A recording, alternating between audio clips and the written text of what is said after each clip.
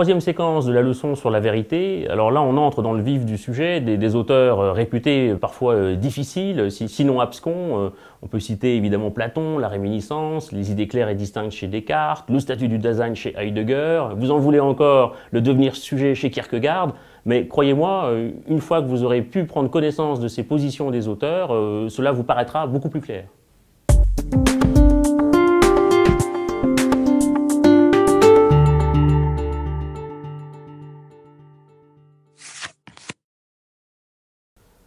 Alors les idées claires et distinctes chez Descartes, Descartes soutient une position assez explicite puisqu'il cherche à promouvoir le critère de l'évidence selon lui sur lequel il pourrait asseoir le cogito, qui est ce retour réflexif de l'esprit sur lui-même indépendamment évidemment des illusions de la sensibilité puisque les apparences sont toujours trompeuses. Il faut rappeler que l'acte de réflexion du cogito permet à Descartes d'atteindre une certitude qui va en quelque sorte balayer les erreurs qui peuvent précéder et que Descartes, à partir de ce cogito qui définit la clarté par laquelle, par introspection, la pensée se pense elle-même, croit trouver ici une sorte de règle générale qui lui permettra d'éviter toutes les erreurs qu'on peut accumuler quand on fait trop confiance aux données du corps. Ainsi, Descartes va mettre en avant que le critère de la vérité, c'est l'évidence, ce videre latin, ce qui est tellement visible, en quelque sorte, qu'on ne peut pas ne pas le voir et qui, littéralement, crève les yeux. Et cette évidence est pensée sur le modèle, d'ailleurs, de la mathématique, puisque 2 et 2 font 4, dit Descartes, et il y a là une sorte d'élément de jugement indubitable. Si l'on pouvait accéder à la pensée de soi sur le même modèle, on serait certain qu'on ne peut pas remettre en cause le fait qu'on est. Et on retrouve ici ce que Descartes appellera d'ailleurs l'argument du dieu trompeur ou du malin génie dans les méditations métaphysiques. On entend bien que la clarté et la distinction doivent nous permettre de penser ce qui sépare le vrai du faux.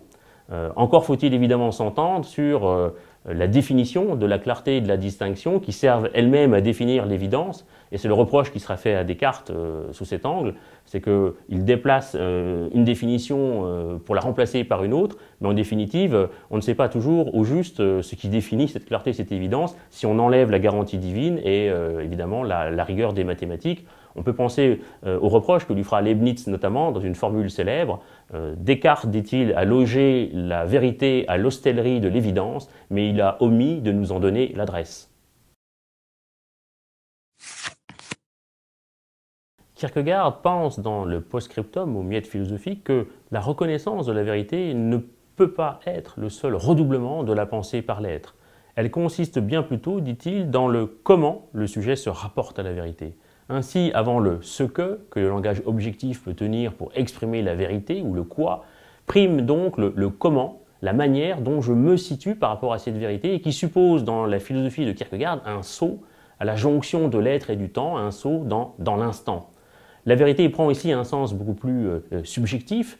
La vérité, souligne Kierkegaard, c'est le comment le sujet opère la reprise de sa liberté dans la répétition. Il importe en effet de maintenir que le devenir, pour lui, est libre et ne coïncide pas avec la fin d'un système nécessaire, fin qui est reportée indéfiniment dans l'histoire. Alors l'individu n'est plus confondu avec l'universel, comme chez Hegel, l'instant n'est plus confondu avec le moment, chacun maintenant se rapporte librement à ce qui lui paraît la vérité en la reconnaissant, précisément à ce qu'elle s'apparente à un travail infini de l'intériorité en soi-même, un travail assimilable à cette passion de l'existence dans le temps qui définit chez Kierkegaard ce qu'on appelle la foi. Alors Platon est le statut de la réminiscence. Avant de naître, avant que notre âme ne soit associée à un corps, elle a pu contempler le monde des idées avec les yeux de l'esprit, mais au moment de la naissance, elle a tout oublié. Pourtant, lorsque nous contemplons des objets sensibles, nous pouvons nous ressouvenir de l'idée qui leur sert de modèle, c'est-à-dire de la forme générale de ces objets. C'est le phénomène de la réminiscence. Toute connaissance, vraie, dira donc Platon, n'est jamais qu'un souvenir, c'est un ressouvenir, un souvenir de souvenir. Ce qui facilite, on le comprend bien, la démarche d'acquisition.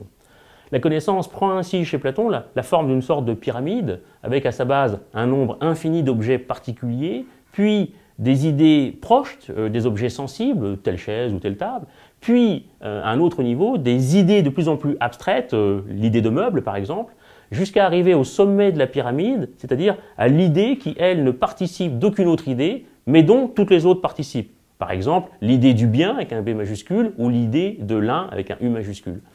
L'idée du vrai, d'ailleurs, avec un V majuscule, se dirait aussi. Faire de la philosophie ici ne consistera donc en rien d'autre que chercher à connaître en vérité, si j'ose dire, cette pyramide de la connaissance avec ses idées, I majuscules, ses essences et ses articulations qui nous renvoient à la diversité des objets phénoménaux dans le monde sensible.